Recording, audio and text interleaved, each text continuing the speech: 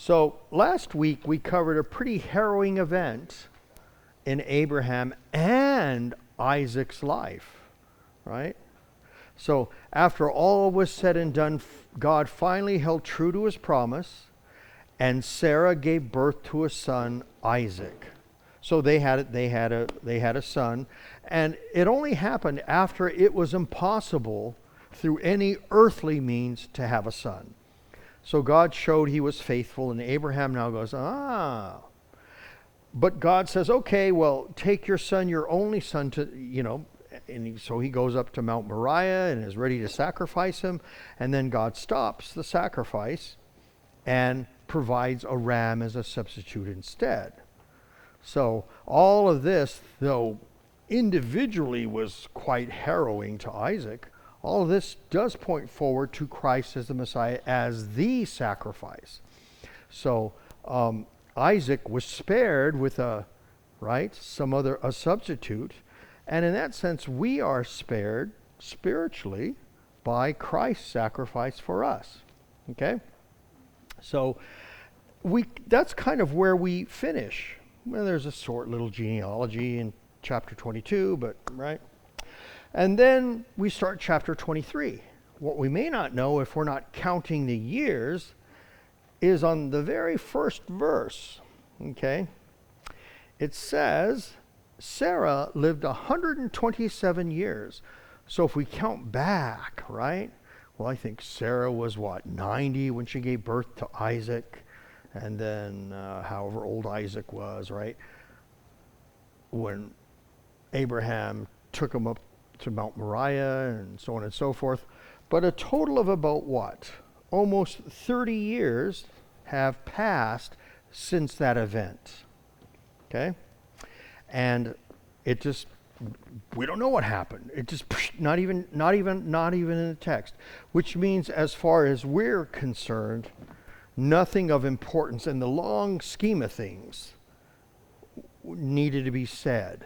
In other words, messianically, or so we're getting enough to kind of connect the dots. Otherwise, Genesis would be as long as the Bible itself, right? So that's kind of where we find ourselves. Now, there is an interesting Jewish tradition which goes something like this. And the tradition says that Isaac and Abraham never told Sarah what happened. Okay. And of course, who went up there? It was only Abraham and Isaac. He left everybody else behind, right? And so the tradition says that Sarah eventually found out, and when she found out was when she died. So the tradition is like she finally found out and, I don't know, had a heart attack or something because of that. Now, this is just conjecture, but I thought it was interesting and kind of worth mentioning, because we don't really know. It just says that Sarah died. Okay? So let's look at the first 9 verses of chapter 23. Okay?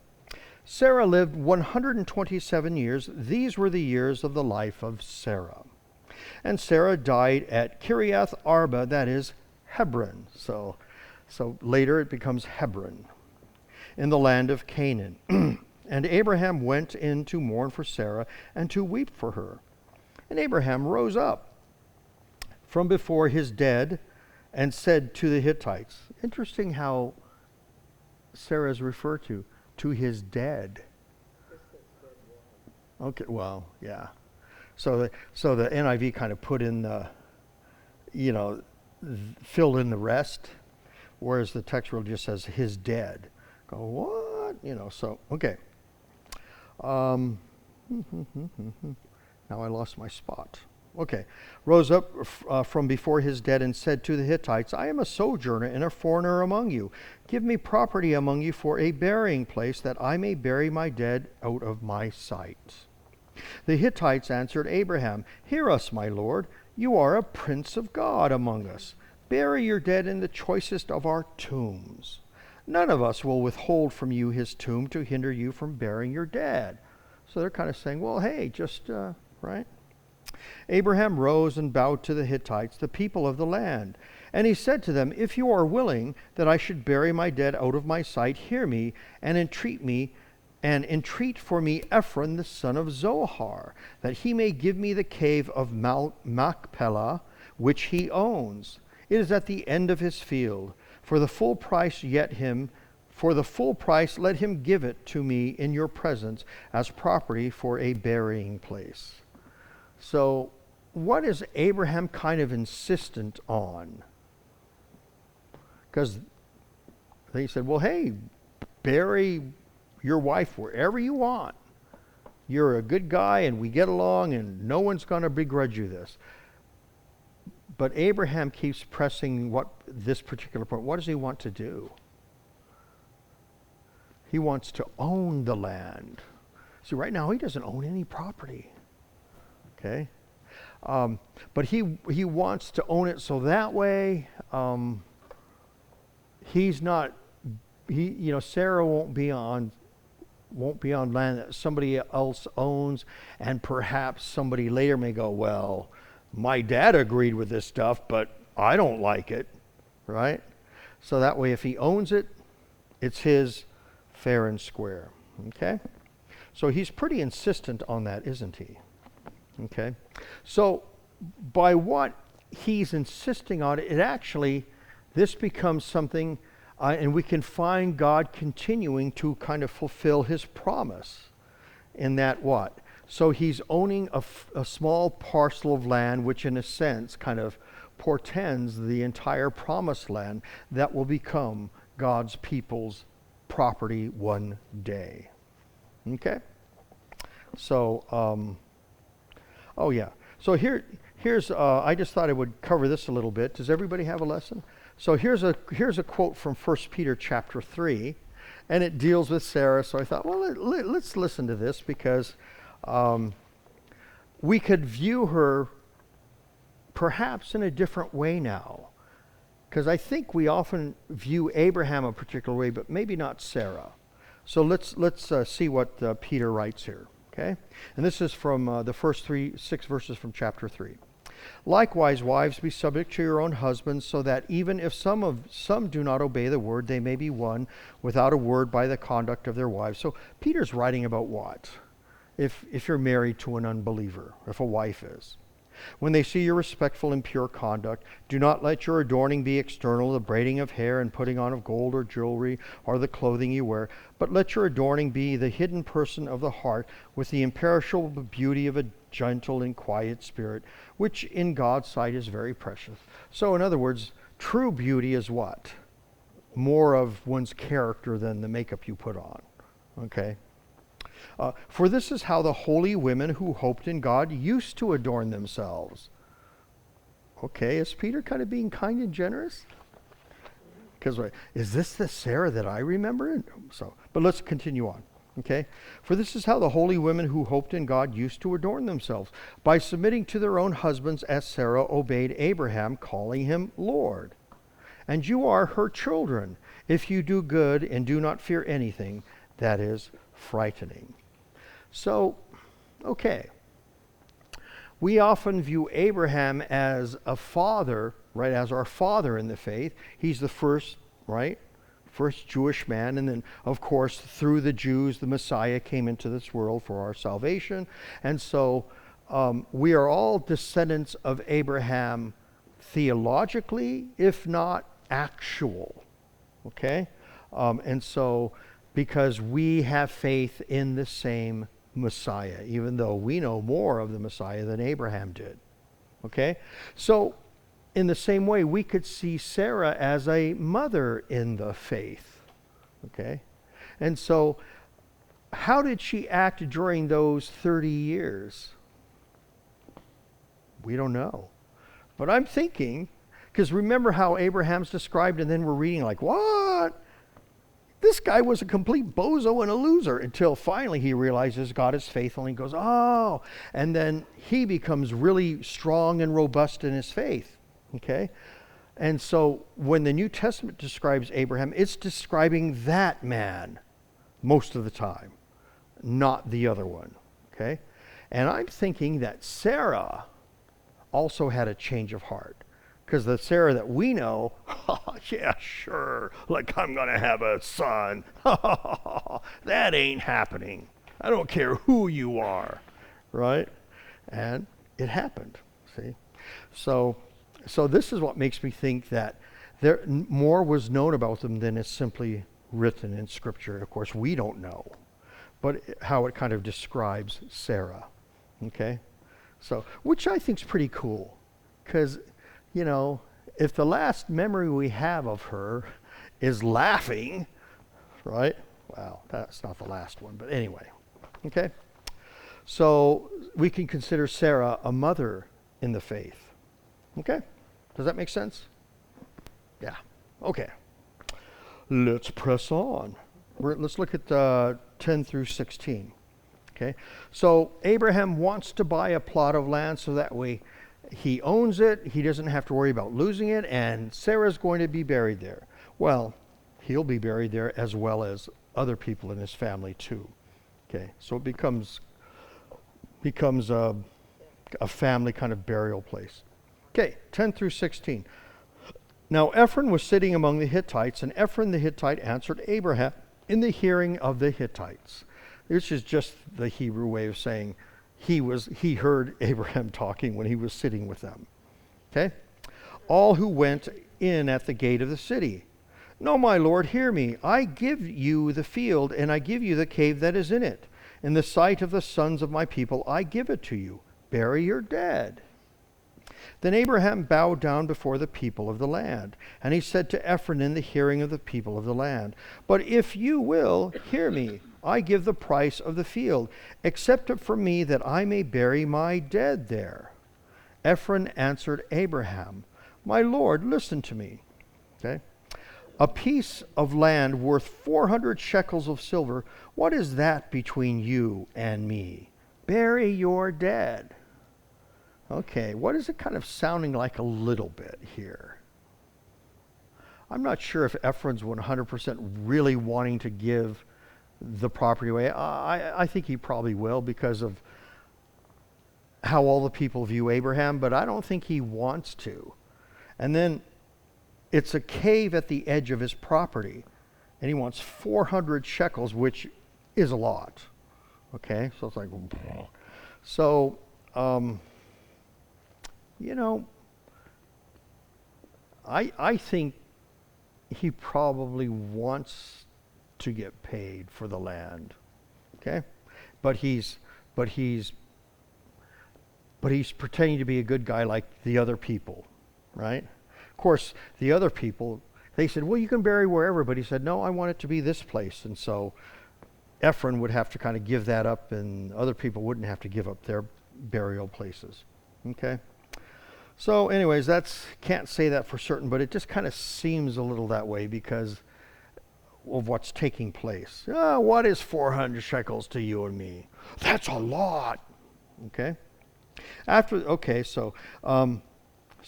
Verse 18. So anyway, and to Abraham as a possession. Okay, wherever I stopped. So the field of Ephron in Machpelah, which was to the east of Mamre, the field with the cave that was in it, and all the trees that were in the field throughout its whole area, was made over to Abraham as a possession in the presence of the Hittites, okay, before all who went in at the gate of the city. After this, Abraham buried Sarah his wife in the cave of the field of Machpelah, east of Mamre, that is Hebron, in the land of Canaan. The field and the cave that is in it were made over to Abraham as property for the burying place by the Hittites. A little bit of repetition there, right? But it's legitimately owned now by Abraham. He paid a lot, and of course it was done in the presence of witnesses, so there's no doubt that Abraham owns that plot of land. So it's the cave. None of it's cleared land. Okay, it's the cave and some of the surrounding wood. Okay, so that's what he purchased. Okay, so the bottom of page 1, what's taking place between Abraham and Ephron? Well, they're kind of bartering. They're kind of negotiating. But it's really not so much negotiation because Ephron kind of tosses out a high price, and Abraham doesn't go, well, wait a minute. It's not like I'm buying your entire farm, right? And Abraham doesn't barter at all. He just, okay, I'll pay whatever it is that you said. So this in a sense shows his sincerity that he does want to own the land where Sarah will be buried. And he's not going to debate. He's well off and he has the money, and so he pays full price or more than full price. We can't say for certain, because we don't have like property values or whatever, but it seems like a lot based on what we know of how much a shekel would buy and whatnot back then. Okay? All right. So Abraham now owns the place where Sarah will be. Ready to press on. Let's look at 17 through 20. Okay. So the field of Ephron in Machpelah, which was to the east of Mamre, the field with the cave that was in it, and all the trees that were in the field throughout its whole area, was made over to Abraham as a possession in the presence of the Hittites before all who went into the gate of the city. Okay, same thing. Okay? After this, Abraham buried Sarah his wife in the cave of the field of Machpelah, east of Mamre, that is Hebron, in the land of Canaan. The field and the cave that is in it were made over to Abraham as property for burying place by the Hittites. So a bit of repetition, but he owns it, and Sarah is now there. Okay? We don't know exactly all the specifics because it doesn't really get into it. Right? Is it going to be the sort of thing where is her body going to be there until basically only the bones are left, and then are the bones going to then be placed in a separate thing? Or that's not really, at least that's not stated here. Yes, Joyce? How much time passed between when she died and when I don't know. I don't think it's a whole lot. really it found? Well, I mean, he's saying, hey, I want to buy the land. Just bury your wife wherever you want to. It's fine. You're a good guy. We get along. No, I want to. So it's all one day. Yeah. Well, I mean, hey, you don't want to wait too long, right? Yeah, I mean, yeah, because it's not nice smelling, I'll tell you. Okay. All right. And I just wrote as a question, is there something Abraham buried Sarah instead of Abraham buried Sarah's body? There's kind of an implicit there's something implicit in the text about the value of the body, but it's really not pushed in any way. It just kind of comes through. And so not only because of all the stuff that Abraham's doing, but just how Sarah's body is referred to. Okay, so in a sense, it's kind of implicitly testifying that, well, we weren't supposed to die, and the body is supposed to be a person's possession forever. Okay, in other words, it's not just we die and our spirit goes to heaven and that's the end all and be all of everything, right? So, I mean, that's part of the reason why in Judaism and Christianity we have treated bodies a particular way, okay? Simply because we want the way that we treat the body to show that it is something valuable and pointing forward to the resurrection, okay? So, though whether we treat the body well or not, I mean, the resurrection is going to happen, but these are practices that we do to help convey that. Okay? All right. Well, that's chapter 23. It's, we don't know how Sarah died. We don't know anything. It's all kind of the interactions, with Abraham and the Hittites, and, well, the cave will become important because, even when like Jacob is in Egypt, he's like the first, and then his bones get carried back like 400 years later and gets put into the cave. So something like that. So yeah. So I guess it's, at least for that family line, it's quite a serious plot of land. It's an important place. Okay. Let's look at the first few verses of chapter 24. Now, the way the text is going to start out in 24, it's going to reverse the word order, and that's to kind of catch us, to go, Hebrew isn't, well, yeah, Hebrew has a standard word order, and Hebrew really is more of a verb, subject, object language, where English is normally a subject, verb, object language. And so here it's kind of cattywampus, and so that way we catch that, and it's to go, oh, okay, well, something's going on here. The weirdness or the shape of the grammar lets us know that it's kind of forcing us to pause and say, okay, well, what is something happening here that I need to notice? Okay? So I'll read the first verse slightly different. Now, when Abraham was old, well advanced in years. Now, Abraham was old, well advanced in years. So right there, that's the backward part. Okay. Something's going to happen because Abraham's an old dude. Okay. And that's what the text wants us to know. So what's going to happen? We have to continue on. Okay. And the Lord had blessed Abraham in all things. Okay. And Abraham said to his servant, the oldest of his household, who had charge of all that he had, put your hand under my thigh, that I may make you swear by the Lord, the God of heaven and the God of earth, that you will not take a wife for my son from the daughters of Canaanites, among whom I dwell, but will go to my country and to my kindred, and take a wife for my son Isaac. So, what's already happening? Right? Why would Abraham care?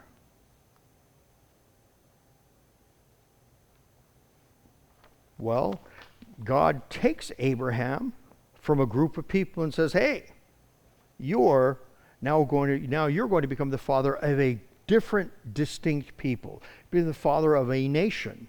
And of course, actually nations, but that's not bloodline-wise, that's spiritually. Through you, all the nations of the world will be blessed. Okay? So Abraham's trying to honor that distinctiveness, right? So he says, okay, my son, he needs to marry somebody who's part of kind of the family group. Okay? I mean, not his sister or anything like that. But so that way, the distinctiveness of what Israel will become, he kind of wants to try to maintain that. So that's what he's doing. Okay? So we're going to take a little excursion, because we're going to go look at, well, what's this weird thigh thing? Put your hand under my thigh, right? So often these are euphemisms for other things, but okay, we probably could figure this one out. But there's a couple of pieces of scripture that we're going to look at, which kind of let us know, one from the Old Testament, one from the New. So from Job chapter 40, okay. So, behold, behemoth,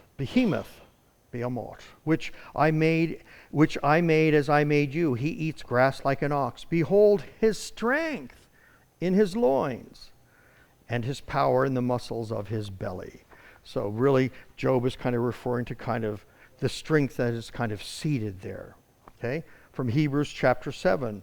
One might even say that Levi himself, who received tithes, paid tithes through Abraham, for he was still in the loins of his ancestor when Melchizedek met him. Meaning he wasn't yet born. Okay? And so we can kind of see, okay, so this is it's considered an area of strength. It's also considered the source of what? One's reproductive abilities. So you can kind of see what's kind of taking place there. Okay? Put your hand under my thigh. It's kind of saying, it's all this stuff. It's all this stuff combined. And in a sense, what are you saying if you're not going to uphold this vow that you make, right? That my strength and my reproductive abilities, may they all wither and die. Okay? That's kind of what is going on here. Okay? So, which is weird. I mean, we don't do stuff like that, but okay. Yeah. But, it's a really big deal, though. I mean, especially then, because if you if you don't have heirs to pass on your property, it stops. Today that's not the case, but back then it had to go to a son, and that's how property rights were passed on, and so yeah. And so that's a big deal. And so when you're swearing an oath and basically saying, swear to me that you're going to do this, the implication is you better be true to this. Okay? Because would you want to end up without any descendants, and everything you have ends up, right? Because the only way that things get passed on really is if you have an heir. And if you don't, who knows what happens? Vultures or I'm sure there's some way, but it's not the same. Okay? Somebody else will get it and not your direct descendant. Okay? This is from Deuteronomy 33:11. Later on, not Genesis, this is Deuteronomy, but we can still get a sense of, after the fact, what probably was going on in Abraham's head. So, this is from 33:11. Bless, O Lord, his substance, and accept the work of his hands. Crush the loins of his adversaries, of those who hate him, that they rise not again. So, same kind of thing associated with kind of the loins, right? So, if the loins are crushed, no descendants.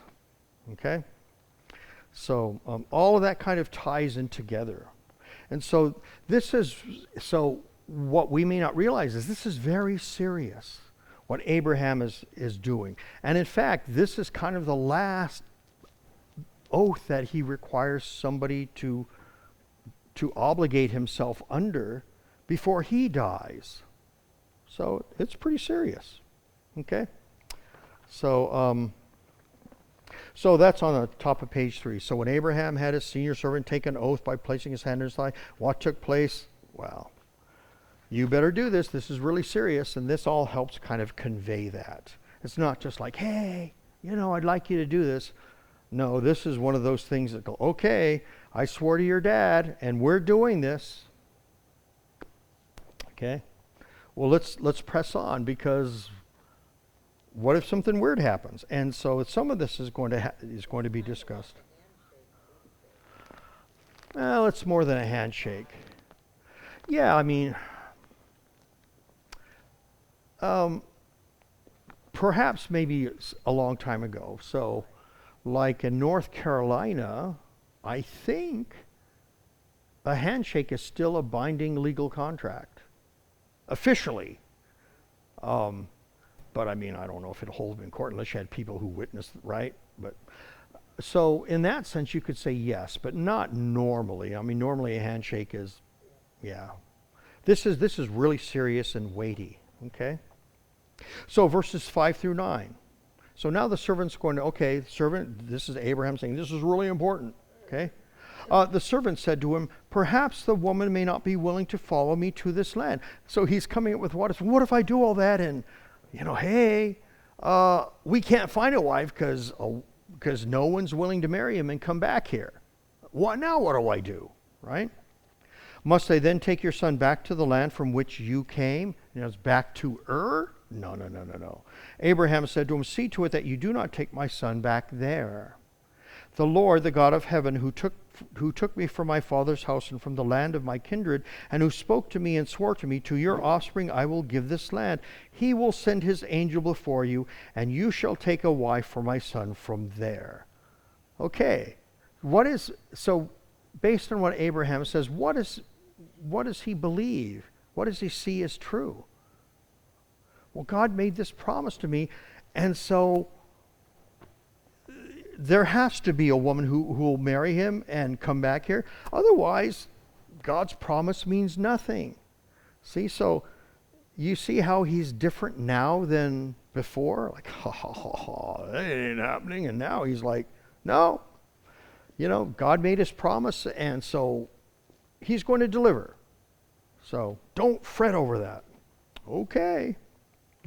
But if the woman is not willing to follow you, then you will be free from this oath of mine. Only you must not take my son back there. Okay. But he believes God's going to carry through. So the servant put his hand under the thigh of Abraham his master and swore to him concerning this matter. Okay. So, and then here's a quote from Deuteronomy 7 that also takes place later, but helps us understand a little bit of what's happening, why. Okay? So, when the Lord your God brings you into the land that you are entering to take possession of it, you shall not intermarry with them, giving your daughters to their sons or taking their daughters for your sons, for they would turn away from your sons from following me to serve other gods. Well, Israel was kind of sketchy at following this, right? They kind of were, and then they kind of didn't, and they kind of did. So it all depends on, I guess, their mood at the time, right? So, yeah. But that right there says, okay, so even though that particular law was not given, Abraham must know something about that, or he inferred it, right? Based on God setting him apart and saying, from you a new nation will come. Whatever reason, he's saying, okay, he sees this as part of living out the promise. Okay? And Genesis doesn't give us all the stuff. So we don't know exactly why Abraham is doing this specifically. Okay? But somehow he must have known. Okay? So we're going to continue, but I want you to take a look on page 3. This is kind of we can look at the family chart. In a few verses, we'll see who's actually going to marry Isaac. But we can kind of see that it is someone kind of related. So Terah is Abraham's dad, right? And so you can kind of see Abraham and Sarah. Okay, remember Sarah was his half-sister? This is getting too weird, man. Too much closeness. They're going to start having genetic problems. And then, so there's Isaac, right? Now, Isaac will marry Rebekah. So Rebekah is what? Nahor, which is Abraham's brother, right? And then what? Who marries Milcah? And then Bethuel. So, I don't know what the percentage of DNA would be if you did this on whatever we call it, family ancestry or something, right? You share 37% of the DNA or something like that. But yeah, so they're related, but I don't know what officially this would be, but you can kind of see the tree, how they're connected. Okay? So Abraham's arranging for Isaac to marry someone within his kin group to help form the nation of Israel. Of course, Israel doesn't yet have its name, does it? So Israel will get its name from his grandson, Jacob. Okay? All right. So let's look at the next verses. I think we read 10 through 14, I believe. So let's turn the page. Okay.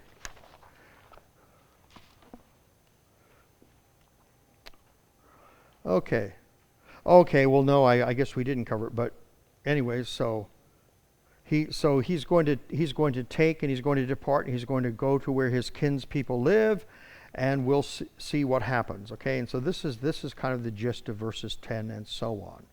Okay, so they're going to come to a well, and it's kind of interesting because a lot of things happen at a well. Well, because people need water, right? So it's more of a meeting place than the water cooler was back in the day, right? Okay, so at verse 12, so this is kind of this servant, right? He said, O Lord God, my master Abraham, please grant me success today and show steadfast love to my master Abraham. Behold, I am standing by the spring of water, and the daughters of the men of the city are coming out to draw water. Okay. Let the young women to whom I shall say, please let down your jar that I may drink, and who shall say, drink, and I will water your camels. Wow. I mean, is the average person going to do that? No. So he's asking for something specific. In other words, he's going to say, well, I'll ask a woman, would you please give me a drink, and could you water my camels? What? I'll give you a drink, but you water your own camels, you lazy bum. Right? So this is something specific. And so, in other words, if a woman does this,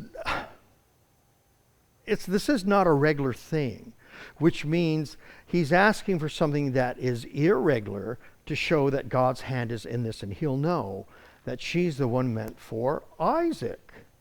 Okay? Yeah. So, drink and I will water your camels. Let her be the one whom you have appointed for your servant Isaac. By this I shall know that you have shown steadfast love to my master. Wow. You're kind of testing God a little bit, right? But he's saying, but so let's see what happens. Okay? So this is kind of interesting. So we're going to look 15 through 27 because he's going to meet someone, and then we'll even see what kind of woman that she is, even though some of this is, he said, Lord, have the woman do these things so that way I'll know that she's the one. The thing is, what if she is just naturally that type of woman? In other words, she's exceptionally kind, as opposed to, right? Well, let's read on, okay? Before he had finished speaking, behold, Rebekah, who was born to Bethuel the son of Milcah, the wife of Nahor, Abraham's brother, came out with her water jar on her shoulder. The young woman was very attractive in appearance, a maiden whom no man had known. Well, obviously, this is after the fact. We finds out, but I mean, that guy's not going to know that, right? Just by looking at her. She went down to the spring and filled her jar and came up. Then the servant ran to meet her and said, Please give me a little water to drink from your jar. She said, Drink, my lord. And she quickly let down her jar upon her head and gave him a drink. So she was already heading back home.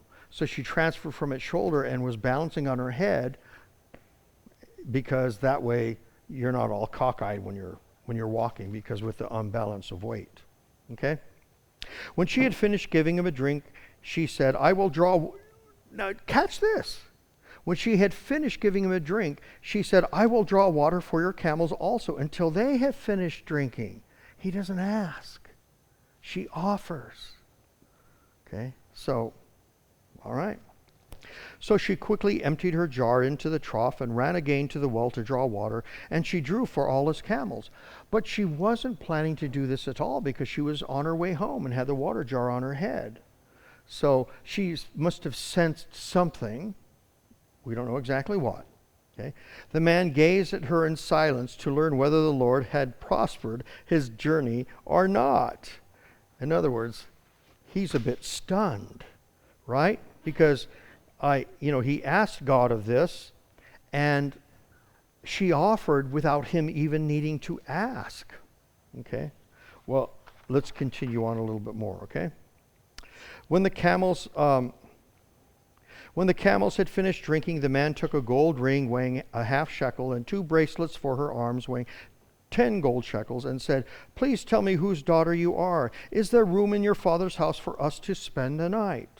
She said to him, I am the daughter of Bethuel the son of Milcah, whom she bore to Nahor. She added, We have plenty of both straw and fodder and room to spend the night. The man bowed his head and worshipped the Lord and said, Blessed be the Lord, the God of my master Abraham, who has not forsaken his steadfast love and his faithfulness toward my master. As for me, the Lord has led me in the way to the house of my master's kinsman. Okay, so all of this stuff is going on, and it has all come together in a way more than he thought would, in a sense. He said, yeah, let's let this happen. But he didn't even have to ask Rebekah, okay? So let's look at a couple traits, okay, that must have impressed Abraham's servant, because he's on the lookout for Isaac. This is an arranged marriage, okay? So, which throughout most of human history has not been anything weird. In America, arranged marriages, what? But, throughout much of history, that's, in fact, was, is often more the case than the marriages we have. Okay, so verse 16, okay, she was attractive and a maiden whom no man had known. Okay, so, I should have looked this word up. Is it Betula or is it Alma, the word? But anyway, it doesn't matter. Okay. It's clarified that she's attractive and she hasn't slept with a man. Okay. Well, so that's kind of a good thing, right? Okay. What about verses 17 and 18? Well, she offered to give water to the camels. She didn't ask.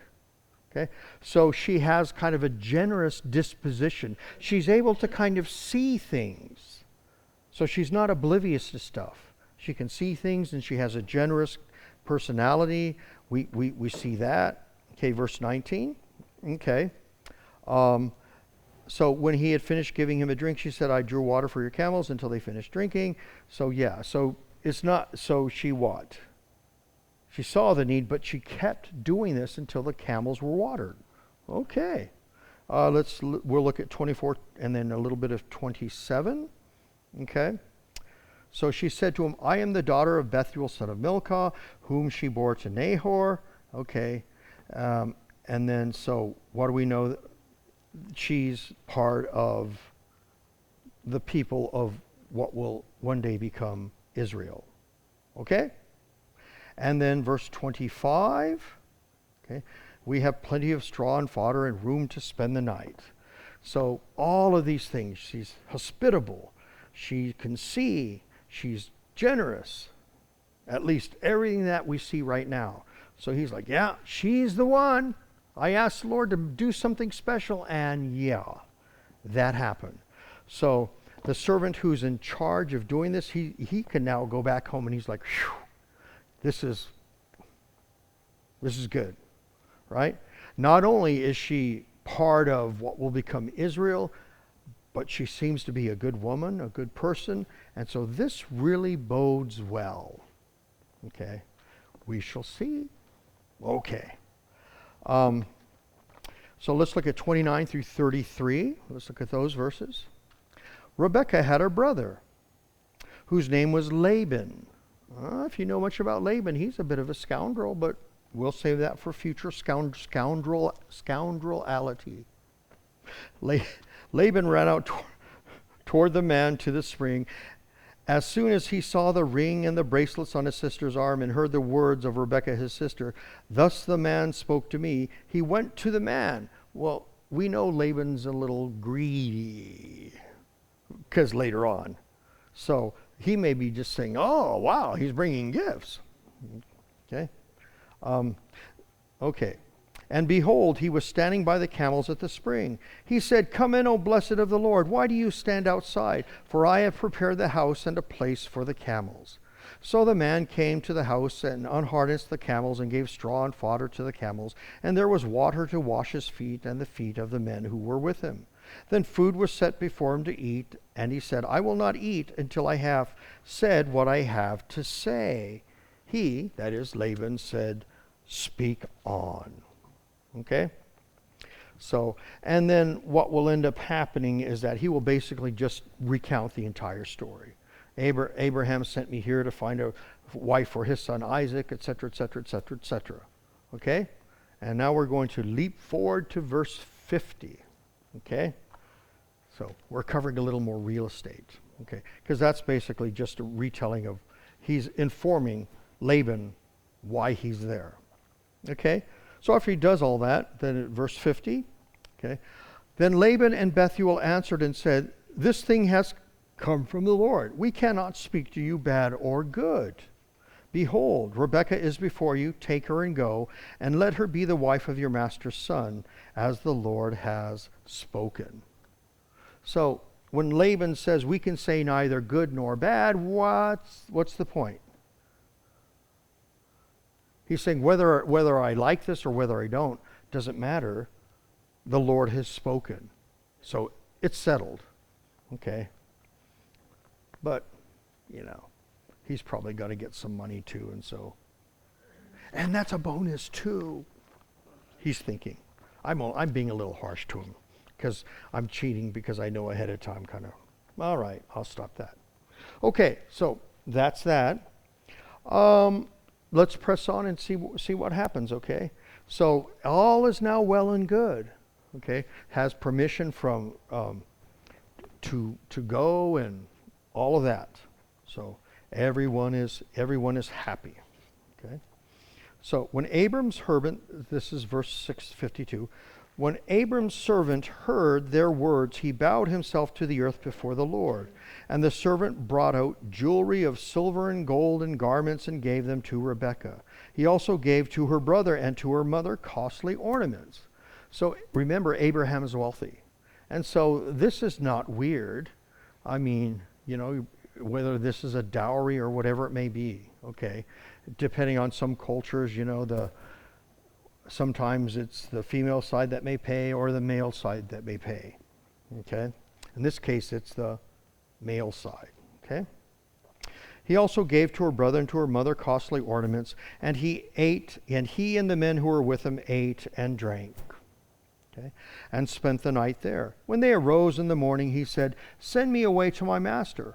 Her brother and her mother said, "Let the young woman remain with us a while, at least 10 days. After that she may go." But he said to them, "Do not delay me, since the Lord has prospered my way. Send me away that I may go to my master." They said, "Let us call the young woman and ask her." And they called Rebekah and said to her. Now see, what did they say before? Well, the Lord has said it, and hey, it's settled. And now what seems to be happening? Yeah. Or like, do you have any more of that money? Without saying that, right? They never asked her in the beginning. Yeah. Arranged marriages. Yeah. Which is ironic because, at least when you look at our divorce statistics, we might have less divorce with arranged marriages. I don't know. But, okay. Okay, so they said, "Let us call the woman and ask her." And they called Rebekah and said to her, "Will you go with this man?" She said, "I will go." So they sent away Rebekah, their sister, and her nurse, and Abraham's servant and his men. And they blessed Rebekah and said to her, "Our sister, may you become thousands of 10,000s, and may your offspring possess the gate of those who hate him." Then Rebekah and her young women arose and rode on the camels and followed the man. Thus the servant took Rebekah and went his way. Now it's interesting. Who accompanies Rebekah? Her nurse. So we'll have to kind of see what, if anything's going on there. All right. So all ends up being well, even though it seems like there's some kind of dithering. Okay. But we'll find out that Laban is kind of like that. But the way things happened, all is well. And so, so he goes back with Rebekah, her nurse, and whom I'm not sure exactly who else, but all is well, and he's heading back. Okay? Well, one little more part, and we'll wrap up this chapter. Okay, so this is all of this. Now, where is Isaac in all this? Yeah, just, it's because he's probably around 40 now. Okay, so anyway, yeah. Okay, 62 through 67, let's look at those verses. Okay. Then Rebekah and her young women arose and rode on the camels and followed the man. Thus the servant took Rebekah and went his way. Now Isaac had returned from Beer Lahai Roi and was dwelling in Negev. So that's kind of another well area. So, and Isaac went out to meditate in the field toward evening. And he lifted up his eyes and saw, and behold, there were camels coming. And Rebekah lifted up her eyes, and when she saw Isaac, she dismounted from the camel and said to the servant, "Who is that man walking in the field to meet us?" The servant said, "It is my master." So she took her veil and covered herself. And the servant told Isaac all the things that he had done. Then Isaac brought her into the tent of Sarah his mother and took Rebekah, and she became his wife.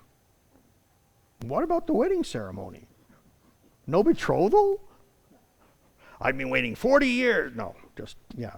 So we don't know. There could have been other stuff that happened, but the way the text is written, it seems whatever it was, there wasn't a whole lot of dithering.